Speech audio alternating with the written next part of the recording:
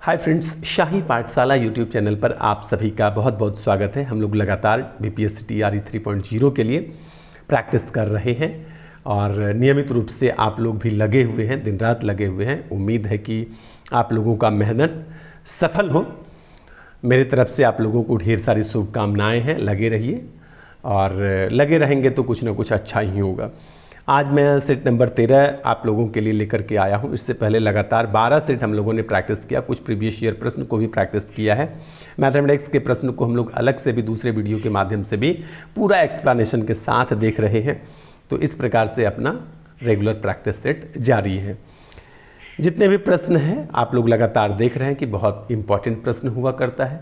आप लोगों में से जो चैनल पर नए हैं वो सब्सक्राइब चाहें तो कर भी सकते हैं और नहीं तो आपकी अपनी मर्जी है। और लाइक लेकिन कर दिया कीजिए तो मुझे ज़्यादा अच्छा लगेगा। खैर कोई बात नहीं, मुझे जो ज़्यादा पसंद होता है आप लोगों का कमेंट बहुत पसंद आता है। तो चले बने तो कमेंट कर दिया कीजिए, जो भी आपको लगे। आपकी यदि कोई पर्सनल समस्या है तो उस टाइप का भी कमेंट कर सकते हैं। मैं कोशिश करूँगा कि उसका भी जवाब ठीक ठाक दे पाऊँ। तो कमेंट आप लोग, लेकिन विशेष रिक्वेस्ट है कि कमेंट जरूर किया करें। आइए लेट ना करते हुए हम लोग शुरू करते हैं। पहला यहाँ पर 31 नंबर प्रश्न है। मैथमेटिक्स से शुरुआत होती है। एक मेज तथा कुर्सी के दोनों दामों का अनुपात, एक मेज तथा एक कुर्सी के दामों का अनुपात यानी कीमत का अनुपात जो है 7:2 है। यदि एक कुर्सी की कीमत एक मेज की कीमत से 900 रुपया कम है तो मेज की कीमत क्या है आपको बताना है। तो देखिए अनुपात कितना है, 7 और 9।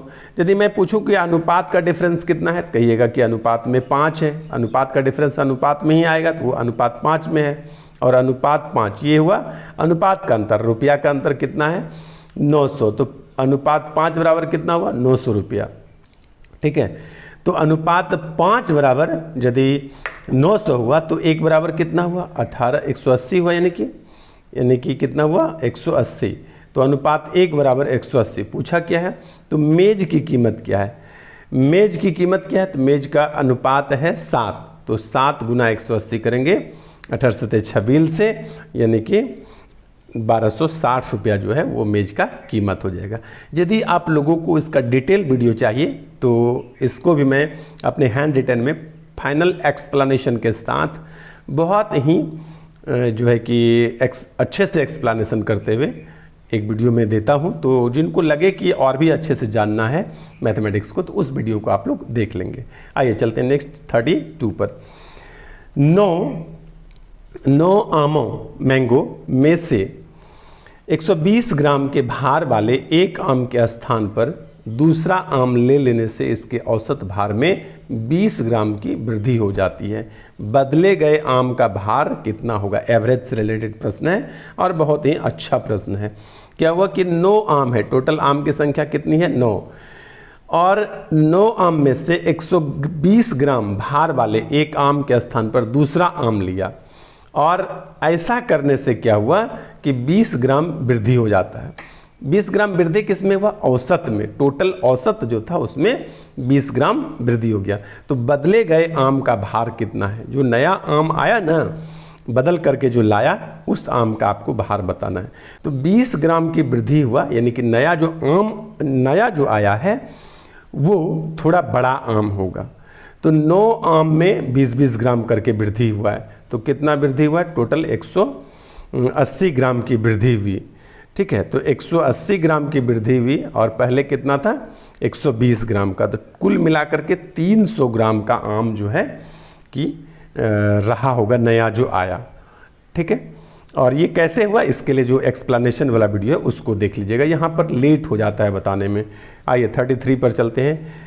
ए बी किसी कार्य को 12 दिन में तथा 15 दिन में, यानी ए किसी काम को 12 दिन में और बी उसी काम को 15 दिन में पूरा कर सकते हैं। उन्होंने मिलकर कार्य करना शुरू किया, लेकिन 4 दिन के बाद ए काम छोड़कर चला गया। ए 4 दिन काम किया और उसके बाद ए चला गया। जो बचा हुआ काम है, शेष कार्य को अकेले बी ने आगे कितने दिनों में पूरा किया, ये आपको बताना है। तो 33 का ऑप्शन जो है सी, 6 नंबर यहाँ पर सही हो जाता है कि शेष कार्य को बी जो अकेले पूरा करेगा वह 6 दिन में पूरा कर लेगा। उसके बाद आइए चलते हैं नेक्स्ट क्वेश्चन नंबर 34 पर। 1000 में से सबसे छोटी किस संख्या को घटाने पर प्राप्त परिणामी संख्या एक पूर्ण वर्ग होगी। तो यहाँ पर सही जवाब हो जाएगा 39, यानी 1000 में सबसे छोटी संख्या जो 39 को घटाएंगे तो ये क्या होगा कि जो भी शेष बचता है वो पूर्ण वर्ग बन जाएगा। आइए चलते हैं नेक्स्ट क्वेश्चन नंबर 35। राम ने महेश से 1 रुपये में 8 पैसे के साधारण ब्याज पर ऋण लिया। 3 वर्ष बाद उसने महेश को कुल 1178 रुपये दिए, यानी कि लेने के बाद क्या हुआ, 3 वर्ष के बाद उसको वापस कितना किया, 1178 रुपया। राम ने कितने रुपया का ऋण लिया था ये आपको बताना है। तो इसको भी मैं एक्सप्लेनेशन वहीं पर करके देता हूँ। उत्तर हो जाता है आपका 950 रुपये। उसके बाद क्वेश्चन नंबर 36 है, 100 किलोमीटर की यात्रा में कार की गति 10 किलोमीटर प्रति घंटा बढ़ा देने पर यात्रा का समय 30 मिनट कम हो जाता है। तो कार की प्रारंभिक गति आपको बताना है। तो कार की प्रारंभिक गति है 40 किलोमीटर प्रति घंटा। विकल्प ए यहाँ पर सही जवाब हो जाता है। उसके बाद क्वेश्चन नंबर 37 है, एक वीडियो का अंकित मूल्य 4800 रुपया है। एक वीडियो का अंकित मूल्य कितना है, 4800 रुपया है। दुकानदार 10% का एक बट्टा देता है तथा 8% लाभ प्राप्त करता है। मतलब छूट देता है 10%, उसके बावजूद भी उसको 8% लाभ प्राप्त होता है। यदि वह कोई छूट न देता तो उसका लाभ प्रतिशत क्या होगा। यदि कोई छूट नहीं देता तब लाभ प्रतिशत क्या होगा, ये आपसे पूछा गया है। तो यदि कोई छूट नहीं देता तो उसका लाभ प्रतिशत होता 20%। विकल्प बी यहाँ पर आपका सही उत्तर हो जाता है। आइए अब चलते हैं जीके के प्रश्नों पर। क्वेश्चन नंबर 38 कहता है, मदन मोहन मालवीय निम्नलिखित में से किसके संस्थापक या संस्थापकों में से एक थे। या तो संस्थापक होना चाहिए या संस्थापकों में से एक होना चाहिए। कई लोगों ने मिलकर भी किया है तो उसमें से एक मदन मोहन मालवीय होना चाहिए। तो आप लोगों को मालूम होगा कि बनारस हिंदू विश्वविद्यालय की स्थापना 1916 में मदन मोहन मालवीय ने एनी बेसेंट के साथ मिल करके किया था। ठीक ना, मदन मोहन मालवीय और एनी बेसेंट दोनों ने मिल करके 1916 में बनारस हिंदू विश्वविद्यालय की स्थापना की। यदि भारत स्काउट्स की बात करें तो भारत स्काउट्स की शुरुआत जो है भारतीय लोगों के लिए जस्टिस विवियन बोस, मदन मोहन मालवीय, हृदयनाथ कांजरू इत्यादि लोगों ने मिलकर किया था वर्ष 1913 में। तो भारत स्काउट्स की स्थापना 1913 में और बनारस हिंदू विश्वविद्यालय की स्थापना 1916 में। और लीडर नामक समाचार पत्र की जहाँ तक बात है तो इसकी शुरुआत भी मदन मोहन मालवीय ने ही किया था 1909 में। तो ये हो गया 1909 में, ये हो गया 1909 में, भारत स्काउट्स हो गया 1913 में और बनारस हिंदू विश्वविद्यालय हो गया 1916 में। तो उत्तर क्या हो जाएगा, विकल्प डी। आइए चलते हैं क्वेश्चन नंबर 39 पर। हड़प्पा संस्कृति की नगर योजना का मुख्य विशेषता क्या थी। ज़्यादातर प्रश्न एंशिएंट से नहीं पूछे जाते हैं, मेडावल से भी कम होते हैं, मॉडर्न के प्रश्न ज़्यादा होता है, लेकिन फिर भी बीच बीच में एक आध प्रश्न में एंशिएंट और मेडावल से भी दिया करता हूँ। यहाँ पर एंशिएंट हिस्ट्री से प्रश्न है, हड़प्पा सभ्यता से प्रश्न है कि हड़प्पा संस्कृति की नगर योजना की मुख्य विशेषता क्या थी। तो क्या क्या विशेषता थी, नगर विशेष योजना अनुसार, ये तथा लिखा हुआ है, ठीक ना, तथा वैज्ञानिक ढंग से बनाए गए थे। तो नगर विशेष योजना अनुसार तथा वैज्ञानिक ढंग से बनाए हुए थे, तो ये तो सही है। गंदे पानी के लिए निकास नलियों की अच्छी व्यवस्था थी, ये भी सही है। और सड़कों का प्रबंधन बहुत उत्तम था, तो ये भी सही है।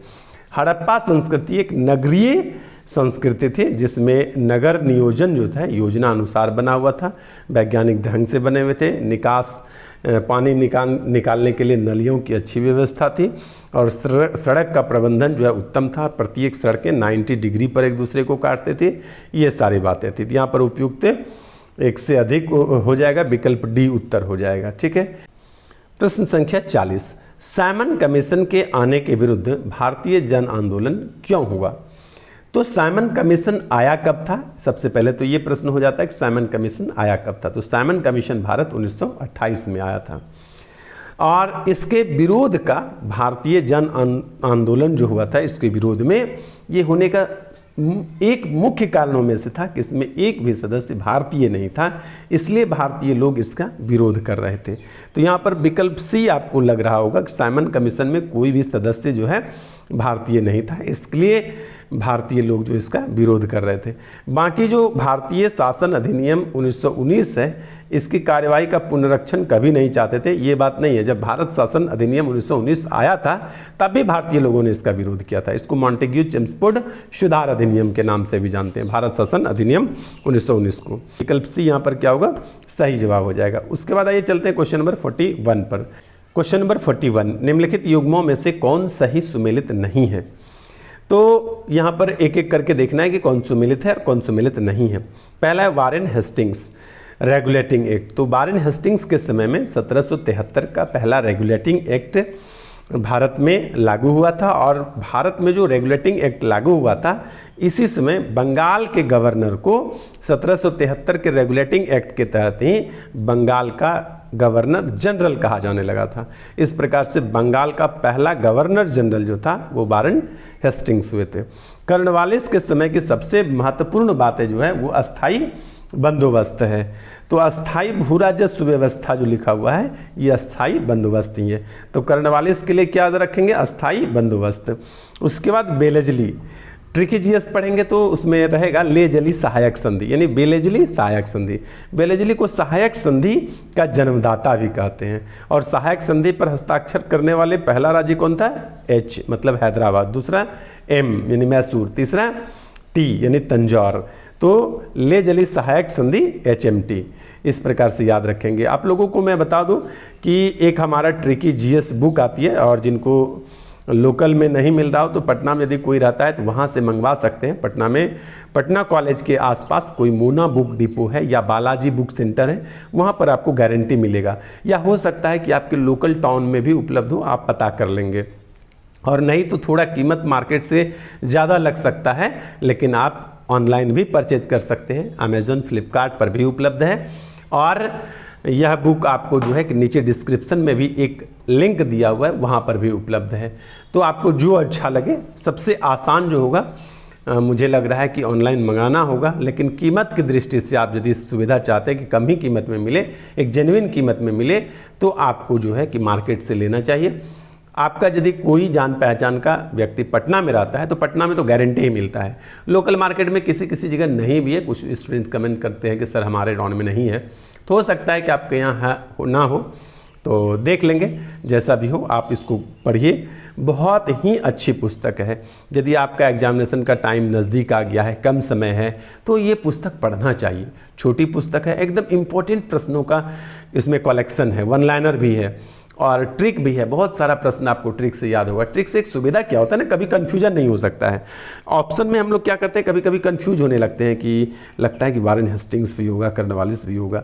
लेकिन जब कभी आप ट्रिकी जीएस से या खुद से ना ट्रिक अरेंज करके भी कभी पढ़िए। ऐसा नहीं कि ट्रिकी जीएस खरीदिए तभी, किसी चीज़ को एक सीक्वेंस में अरेंज करके पढ़ने को ट्रिक कहते हैं। तो आप खुद से भी एक सीक्वेंस बना करके पढ़ने का हैबिट डालिए, तो उसमें कन्फ्यूजन नहीं होगा। ऑप्शन में कन्फ्यूजन दूर हो जाएगा, आप ओरिजिनल आंसर ले पाएंगे। ठीक है, यदि आपको लगे तो ट्रिकी जीएस मंगवा सकते हैं, और नहीं तो फिर जैसे पढ़ना है वैसे भी पढ़ सकते हैं। चलिए, तो ले जली सहायक संधि पर थे अभी हम। HMT ये याद रख लीजिएगा, बहुत इंपॉर्टेंट प्रश्न है। बेलेजली सहायक संधि का जन्मदाता, और सहायक संधि पर हस्ताक्षर करने वाला पहला राज्य H, दूसरा M और तीसरा T, यानी हैदराबाद, मैसूर और तंजौर क्रम से है, पहला, दूसरा और तीसरा। आइए चलते हैं उसके बाद जो है कि डलहौजी, लॉर्ड डलहौजी। तो डलहौजी के लिए भी ट्रिक है, मैं बोल देता हूँ यहाँ पर। लोहार से डरे डलहौजी, लोहार से डरे डलहौजी। तो लोहार मतलब क्या, लो मतलब हुआ लोक निर्माण विभाग, हार मतलब होता है हड़प नीति। लोक निर्माण विभाग की स्थापना डलहौजी के समय में हुई थी। हार मतलब हड़प नीति की, हड़प नीति जो है डलहौजी के समय में ही अपनाया गया था। लोहार से डरे, ड से हुआ डाक, रे से हुआ रेल। और मैं फिर से इसको बोल रहा हूँ, लोहार से डरे डलहौजी।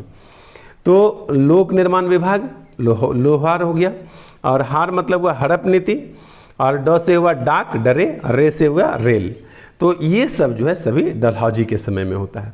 तो बात आती है कि ये सब होता है तो सती प्रथा तो नहीं हुआ था, तो नहीं, यही कहा था कि कौन सुमेलित नहीं है, विकल्प चौथा जो है आपका सुमेलित नहीं है, यानी उत्तर आप क्या लेंगे, तो उत्तर लेंगे केवल 4, विकल्प सी आपका सही उत्तर हो जाता है। तो डलहौजी के समय में क्या हुआ था ये मैंने बता दिया, लेकिन आपको यहाँ पर जानना चाहिए कि सती प्रथा का उन्मूलन किसके समय में हुआ। तो सती प्रथा का उन्मूलन 1829 में हुआ था, ठीक है, राजा राम मोहन राय के सहयोग से हुआ था, ये भी आपको याद रखना है। सती प्रथा का उन्मूलन 1829 ईस्वी में राजा राम मोहन राय के सहयोग से हुआ था और लॉर्ड विलियम बेंटिंग के समय में हुआ था, ठीक है, लॉर्ड विलियम बेंटिंग, याद रखिएगा। सती प्रथा का उन्मूलन किसके समय में हुआ, लॉर्ड विलियम बेंटिंग के समय में, किसके सहयोग से, राजा राम मोहन राय के सहयोग से। कब हुआ, 1829 में। आइए चलते हैं नेक्स्ट क्वेश्चन नंबर 42 पर। हर्यक वंश के किस शासक को कुणिक कहा जाता है, हर्यक वंश के किस शासक को कुणिक कहा जाता है। कुणिक का जो एक वर्ड आप जानेंगे तो फिर उत्तर भी आपको आ जाएगा। कुणिक का मतलब होता है पितृहंता, यानी पिता की हत्या करके गद्दी पर बैठने वाले को कुणिक कहा जाता है, पितृहंता कहा जाता है, ठीक है। तो हर्यक वंश का संस्थापक जो था ये बिंबिसार ने किया था, ठीक ना, स्थापना जिसको बोलते हैं, स्थापना बिंबिसार ने किया था, यानी संस्थापक कौन हुआ, बिंबिसार हुए। कब किया था, 544 BC में, ठीक है। उसके बाद क्या होता है, उसके बाद क्या होता है कि अजात शत्रु अपने पिता की हत्या करके जो है कि राज सिंहासन पर या सिंहासन पर बैठता है, इसलिए इसको कुणिक कहा जाता है। तो यहाँ पर सही जवाब क्या हो जाएगा, अजात शत्रु, ठीक है। आइए चलते हैं नेक्स्ट क्वेश्चन नंबर 43 पर। 43 क्या कहता है, औरंगजेब द्वारा चलाए गए जिहाद का अर्थ क्या है। औरंगजेब द्वारा चलाए गए जिहाद का अर्थ क्या था। तो जिहाद का जो अर्थ होता है वो होता है आपका दारुल इस्लाम। जिहाद का अर्थ क्या होता है, दारुल इस्लाम।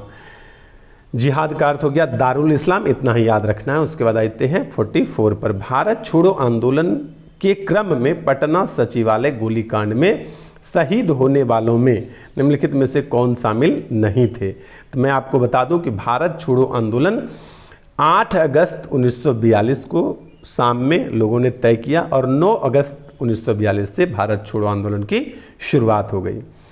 तो पूरे देश भर में भारत छोड़ो आंदोलन में लोग सक्रिय हुए। तो बिहार के पटना में भी कुछ युवाओं ने, उस समय छात्रों ने मिल करके भारत छोड़ो आंदोलन को आगे बढ़ाने शुरू किया। तो 11 अगस्त, 9 अगस्त को दिल्ली से ये ऐलान हुआ। 11 अगस्त 1942 को भारत छोड़ो आंदोलन के दौरान 7 छात्रों ने क्या किया, पटना सचिवालय के पास झंडा फहराने की कोशिश की। और इस दौरान क्या हुआ कि झंडा फहराने की कोशिश हुई तो अंग्रेजों के द्वारा इसको रोकने का प्रयास किया गया। और WG आर्चर एक उस समय रहे होंगे पुलिस अधिकारी, याद नाम रखेंगे, WC आर्चर, WC नहीं WG आर्चर, आर्चर, ठीक है, आर्चर। तो WG आर्चर ने गोली चलाने का आदेश दिया और वह 7 छात्र जो थे, सातों के सातों शहीद हो गए। मैं क्रम से सातों का नाम ले रहा हूं, आप ध्यान से सुनेंगे। उमाकांत प्रसाद, ठीक है, उमाकांत प्रसाद। दूसरा क्या हुआ, रामानंद सिंह। तीसरा कौन थे, सतीश प्रसाद झा। चौथा थे जगतपति कुमार। और उसके बाद 5वां कौन है, देवी पाड़ा चौधरी। छठा थे राजेंद्र सिंह और 7वां कौन थे, राम गोविंद सिंह, राम गोविंद सिंह। तो इस प्रकार से सीताराम केसरी नहीं थे, ठीक है, सीताराम केसरी इसमें शामिल नहीं थे। विकल्प सी जो है यहाँ पर वो है कि ये शामिल नहीं थे, सीताराम केसरी नहीं थे। तो ये सातों का नाम आप याद रखेंगे। आइए चलते क्वेश्चन नंबर 45 पर। अहमदाबाद मिल मजदूरों के आंदोलन के दौरान गांधी जी का मुख्य सहयोगी कौन था या कौन थी। अहमदाबाद मिल मजदूरों के दौरान गांधी जी का मुख्य सहयोगी कौन था या कौन थी। तो आपको बताना है, यहाँ पर सही जवाब हो जाता है अनसुईया बेन। गांधी जी के मुख्य सहयोगी कौन थी, अनसुईया बेन थी, ठीक है। और मैं बता दूं यहाँ पर कि 1918 में ये अहमदाबाद जो मिल मजदूर का आंदोलन हुआ था, ये कब हुआ था, 1918 में हुआ था। तो इसमें भी याद रखेंगे। और मुख्य सहयोगी कौन थी, अनसुईया बेन थी। नेक्स्ट है, अल्लूरी सीताराम राजू का नाम निम्नलिखित में से किस संदर्भ में आता है। अल्लूरी सीताराम राजू का जो नाम है वह किस संबंध में आता है? तो ये आता है आपका अल्लूरी सीताराम राजू का नाम रंपा विद्रोह में आता है। किस में आता है? रंपा विद्रोह में। ये भी मॉडर्न का प्रश्न है। अल्लूरी को अंग्रेजों के खिलाफ रंपा विद्रोह का नेतृत्व करने के लिए सबसे ज़्यादा जो है कि जाना जाता है। रंपा विद्रोह हुआ कब था? तो 1922 से 1924 के बीच आंध्र प्रदेश में यह विद्रोह हुआ था। तो याद रखेंगे 2-3 बात आता है कि रंपा विद्रोह कहाँ हुआ था? आंध्र प्रदेश में। रंपा विद्रोह का नेतृत्व किसने किया था? अल्लूरी श्री सीताराम राजू ने, श्री भी लगा हुआ रह सकता है, श्री सीताराम राजू ने। और रंपा विद्रोह कब हुआ था? 1922 से 1924 के बीच में हुआ था। इतनी छोटी छोटी बातें आप याद रखेंगे।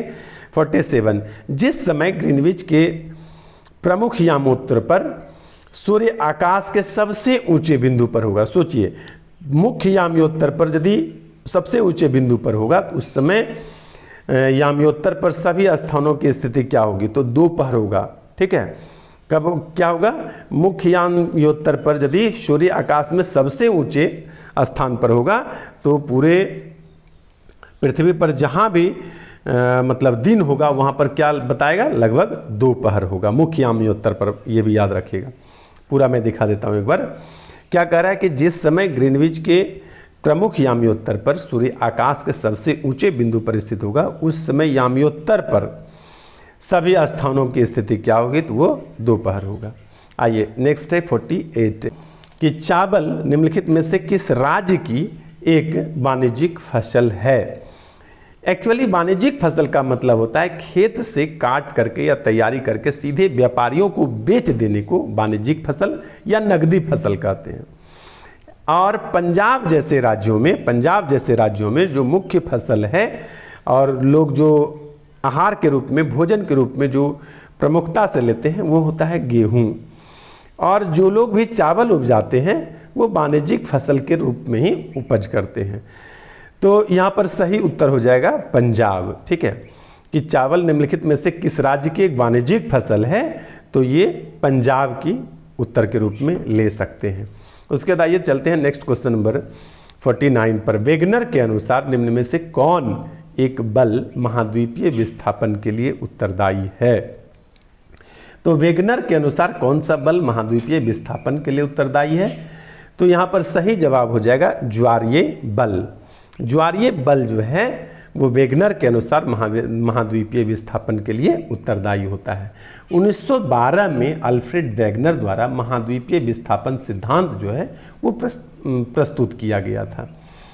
और उनके अनुसार जो है महाद्वीपीय विस्थापन के लिए गुरुत्वाकर्षण बल, प्लवनशीलता बल तथा ज्वारीय बल को जो है कि उत्तरदायी माना गया है।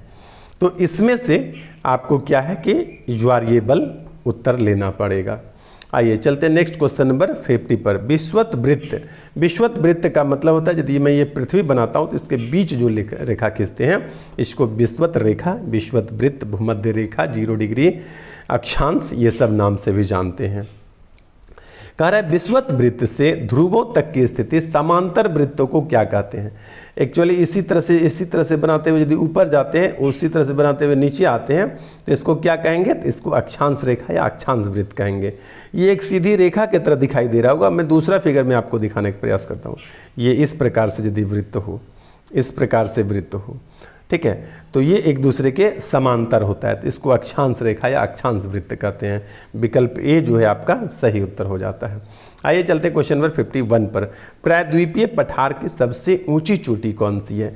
प्रायद्वीपीय पठार कहते किसको हैं? तो प्रायद्वीपीय पठार दक्षिण भारत जो है ये जिसका तट समुद्र से लगता हो उसको प्रायद्वीप बोलते हैं। और प्रायद्वीपीय पठार कहिए या प्रायद्वीपीय भारत कहिए, उसके सबसे ऊंची चोटी जो है ये अनीमुड़ी या अनाईमुड़ी है, ठीक ना। ये अन्नामलाई पर्वत की सबसे ऊंची चोटी है। ये अन्नामलाई पर्वत जो है वह पश्चिम घाट पर्वत की ही एक शाखा है या एक श्रृंखला है जिसकी सबसे ऊंची क्या होता है?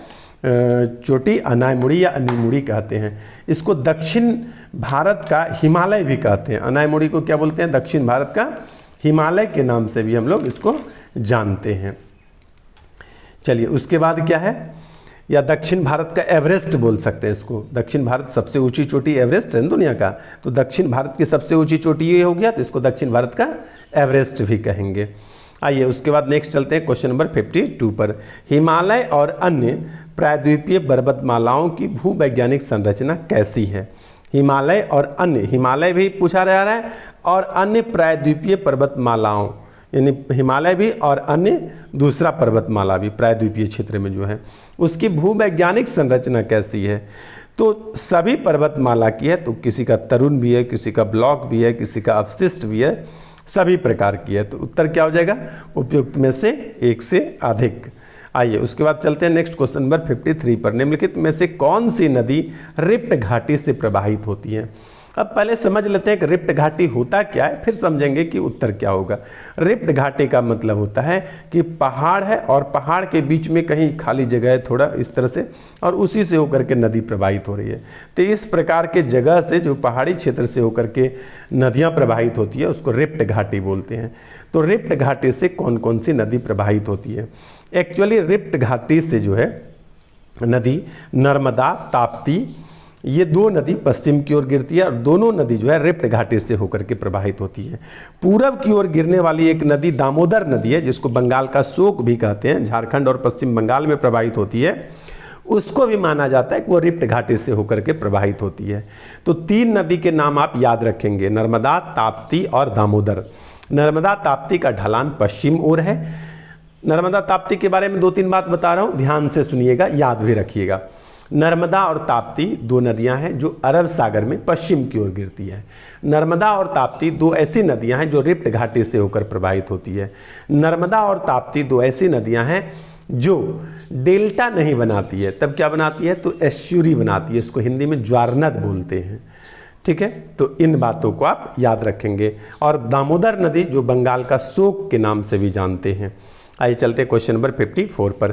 कश्मीर घाटी अवस्थित है, तो कश्मीर घाटी जो अवस्थित है या स्थित है, वो कहाँ पर स्थित है, ये आपसे पूछा गया।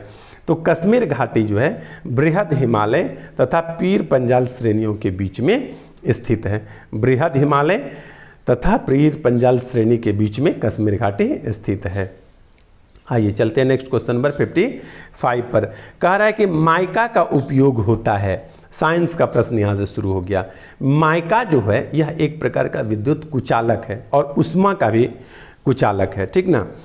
तो जहाँ पर भी उष्मा रोकने का काम होगा, उष्मा रोधी काम मतलब टाइप का कुछ यूज होगा, वर्क होगा, जहाँ पर विद्युत कुचालक का कोई काम होगा, तो वहाँ पर माइका का प्रयोग हम लोग करेंगे। ठीक है, तो विद्युत उपकरणों में किसका प्रयोग करेंगे? माइका का प्रयोग करेंगे। माइका क्या होता है? विद्युत का कुचालक होता है और यह उच्च तापमान प्रतिरोधी होता है, तापमान को भी रोकने वाला होता है। इसके गुण, इसी गुण के कारण माइका का उपयोग जो है विद्युत तथा थर्मल उपकरण में किया जाता है। तो विद्युत उपकरण में भी किया जाता है और थर्मल उपकरण में भी प्रयोग किया जाता है माइका का। आइए चलते हैं क्वेश्चन नंबर 56 पर। प्रदूषक सूक्ष्मजीव का स्रोत कौन है?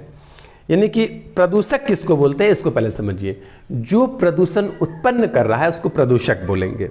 तो प्रदूषक सूक्ष्मजीव का स्रोत, वैसा प्रदूषक जो सूक्ष्मजीव का स्रोत बनेगा वो कौन है? तो इसका सही जवाब हो जाएगा घरेलू सीवरेज। सीवरेज बोलते हैं नाला या नाला निकासी के जो साधन है उसको सीवरेज बोलते हैं। तो घरेलू सीवरेज जो है यह प्रदूषक सूक्ष्मजीव का सबसे बड़ा, क्योंकि औद्योगिक रसायन में कभी भी सूक्ष्मजीव नहीं पनपेगा। औद्योगिक कारखानों में जो है वहाँ भी सूक्ष्मजीव पनपने का चांसेस कम होता है। सूक्ष्मजीव कहाँ कहाँ पनपेगा? तो सीवरेज में, पशु अवशिष्टों से निकलने वाला पानी में, बूचड़खाने में, खाद्य तथा कागज प्रसंस्करण संयंत्र में, इन सारे जगहों में आपको सूक्ष्मजीव पनपेगा। इस प्रकार का जो प्रदूषक होगा वो सूक्ष्मजीव का स्रोत बन सकता है। तो ध्यान रखेंगे इसका, यहाँ पर उत्तर क्या हो जाएगा? घरेलू सीवरेज। अथवा पशु अवशिष्ट वाला भी यदि कहीं रहेगा तो वो भी आपको, बूचड़खाना रहेगा वो भी, खाद्य और कागज प्रसंस्करण संयंत्र होगा तो वहाँ पर भी सूक्ष्मजीव का स्रोत हो सकता है प्रदूषक के संबंध में। चलते हैं 57 पर। कैथोड किरणों के लिए कौन सा कथन असत्य है? कैथोड किरण के लिए कौन सा जो है कि कथन असत्य है, ये आपको बताना है। पहला है सीधी रेखा में कैथोड की तरफ चलती है। सीधी रेखा में कैथोड किरणें चलती है, ये आप समझ लीजिए, कैथोड की तरफ चलती है। इससे क्लियर नहीं होता है, आप ये सोच सकते हैं कि कैथोड किरणें जो है सीधी रेखा में चलती है। दूसरा है ऊष्मा उत्पन्न करती है, कहने का मतलब ये है कि कैथोड किरणें ऊष्मा उत्पन्न करती है। तीसरा है ऋण आवेश रहता है, इसका कहने का मतलब है कैथोड किरणें ऋण आवेश होती है। तो मुझे लग रहा है यहाँ पर तीनों ही कथन सत्य है, अतः आपका उत्तर क्या हो जाएगा, उपयुक्त में से एक से अधिक। कहने का मतलब है कैथोड किरण के बारे में अब सुन लीजिए, नहीं यहाँ एक से अधिक नहीं होगा। यहाँ पर पूछा कौन सा कथन असत्य है, तो तीनों ही कथन सत्य है। पूछा कौन सा असत्य, तो हम बोलेंगे नहीं नहीं कोई असत्य नहीं है, तो उत्तर हो जाएगा विकल्प ई, उपयुक्त में से कोई नहीं। कैथोड किरणों के मैं बारे में बता दूं कि कैथोड किरणें सीधी रेखा में गमन करती है, कैथोड किरणें ऊष्मा उत्पन्न करती है और कैथोड किरणें ऋण आवेश होती है। आइए चलते क्वेश्चन नंबर 58 पर। इनमें से कौन अंतःस्रावी तंत्र के बारे में सही है, इसमें से कौन अंतःस्रावी तंत्र के बारे में सही है। पहला है यह हार्मोन स्रावित करता है जो रक्त द्वारा लक्षित कोशिकाओं तक पहुंचाया जाता है। दूसरा है चयापचय, जिसको उपापचय भी आप लोग जानते हैं, गतिविधियों में परिवर्तन का कारण बनता है। तीसरा है प्रभाव लंबे समय तक रहता है।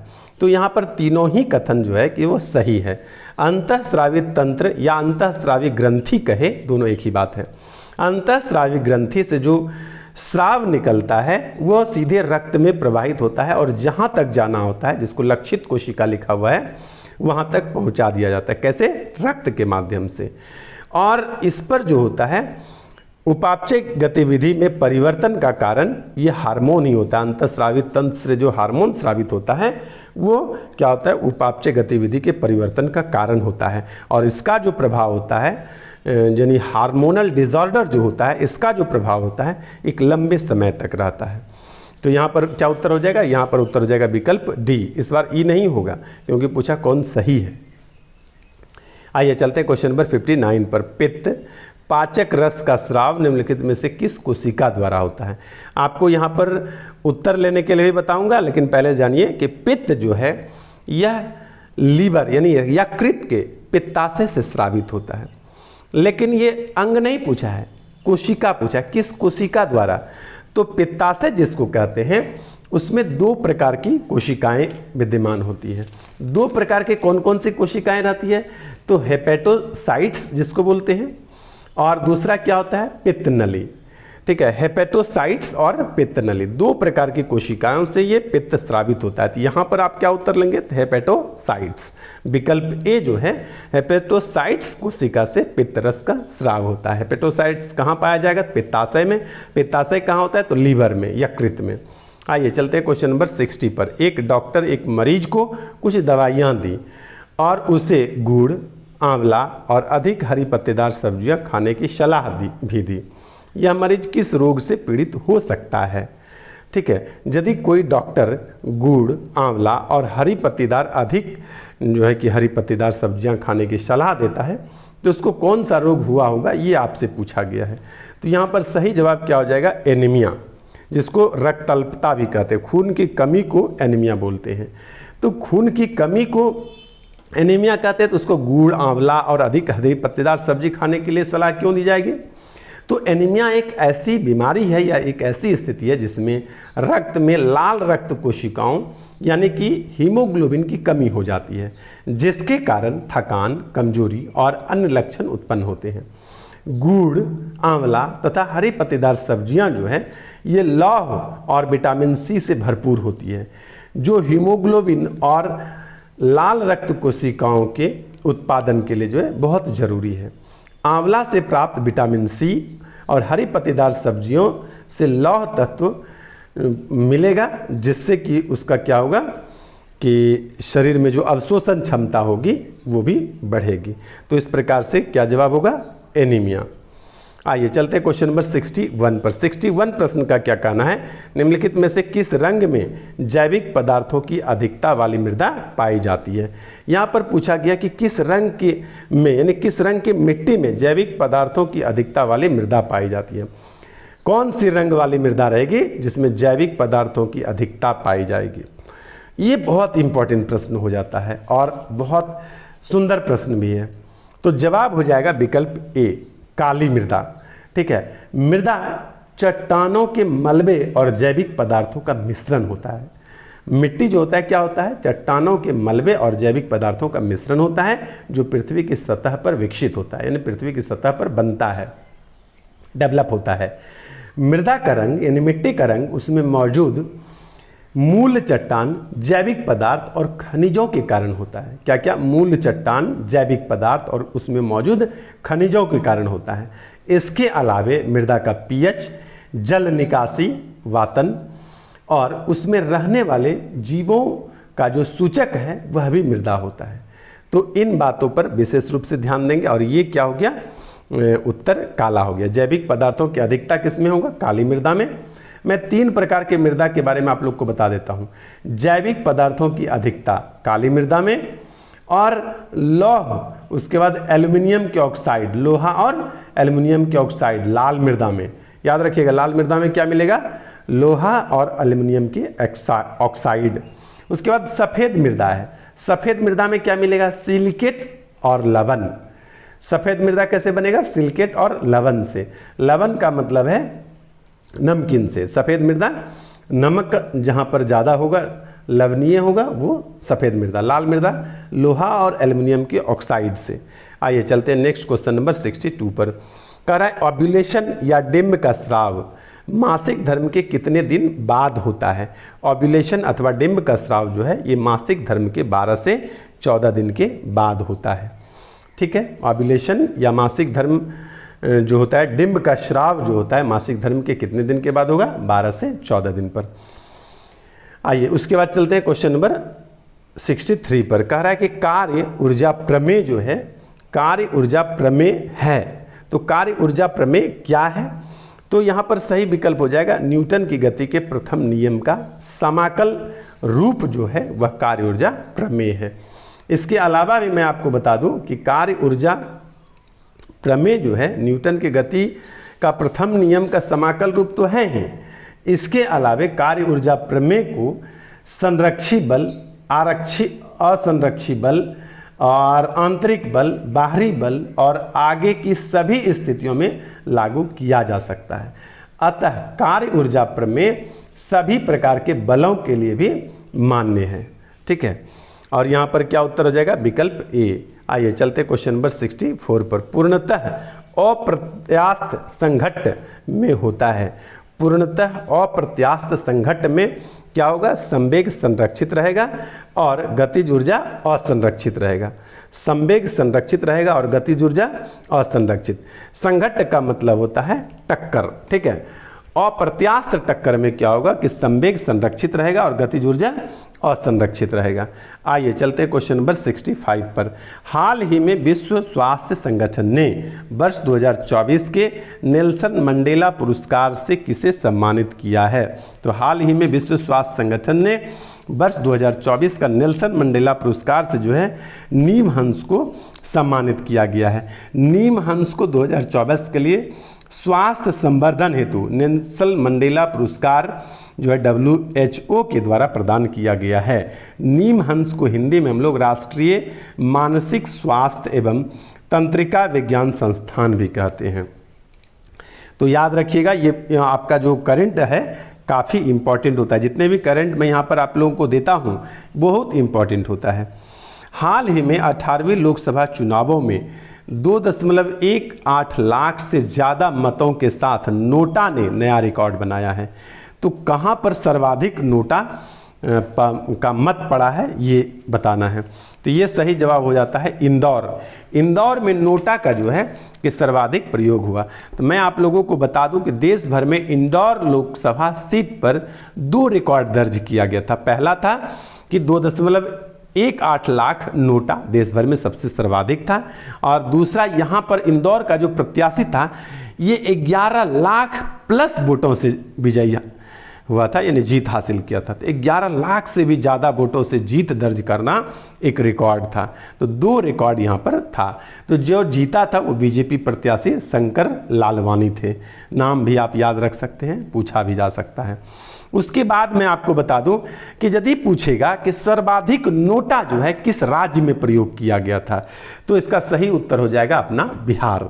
बिहार राज्यवार यदि इसकी काउंटिंग करें तो सर्वाधिक नोटा का प्रयोग बिहार में किया गया था। जितना नोटा था उसका 2.10% सिर्फ बिहार में प्रयोग किया गया था। आइए चलते क्वेश्चन नंबर 67 पर। हाल ही में मासिक धर्म अवकाश नीति प्रारंभ करने वाला देश का पहला उच्च न्यायालय कौन बन गया है? तो मासिक धर्म अवकाश नीति प्रारंभ करने वाला देश का पहला उच्च न्यायालय सिक्किम उच्च न्यायालय बन गया है। उसके बाद नेक्स्ट क्वेश्चन नंबर 68 है। हाल ही में बिहार के किस पक्षी अभ्यारण्य को रामसर सूची में शामिल किया गया है? तो यह नागी नकटी जो है ये जमुई में है, नागी नकटी पक्षी अभ्यारण्य। तो नागी नकटी पक्षी अभ्यारण्य को रामसर सूची में हाल ही में शामिल कर लिया गया है। क्वेश्चन नंबर 69 है। हाल ही में अंतर्राष्ट्रीय क्रिकेट में 600 छक्के लगाने वाले उपलब्धि हासिल करने वाले दुनिया के पहले क्रिकेटर कौन बन गए हैं? तो 600 छक्के लगाकर दुनिया में अपना उपलब्धि हासिल कराने वाले जो है वो भारत के रोहित शर्मा बन गए हैं। उसके बाद आइए चलते हैं, इन्होंने T20 cricket match world cup खेलने से जो है संन्यास ले लिया है कि अब T20 वर्ल्ड कप नहीं खेलेंगे। उसके बाद क्वेश्चन नंबर 70 है। हाल ही में पहली बार फ्रेंच ओपन में पुरुष एकल खिताब जीतने वाला कौन है? तो फ्रेंच ओपन में पुरुष एकल का खिताब किसने जीता, ये आपसे पूछा गया है। तो यहाँ पर सही जवाब हो जाता है विकल्प सी, कार्लोस अल्काराज। कार्लोस अल्काराज जो है ये स्पेन के खिलाड़ी हैं। इन्होंने पहली बार फ्रेंच ओपन का खिताब जीता है। ज्वेरेव को इन्होंने हराया है और ये ज्वेरेव कहाँ के खिलाड़ी थे? तो जर्मनी के खिलाड़ी थे, अलेक्जेंडर ज्वेरेव। इन्होंने कार्लोस अल्काराज ने अलेक्जेंडर ज्वेरेव को हरा करके फ्रेंच ओपन जो है अपने नाम कर लिया है। तो ये था हमारा आज का प्रैक्टिस सेट जो BPSC TRE 3.0 के लिए है। बने रहिए इसी प्रकार से अच्छे प्रश्नों को देखने के लिए शाही पाठशाला के साथ। आज के लिए इतना ही, धन्यवाद।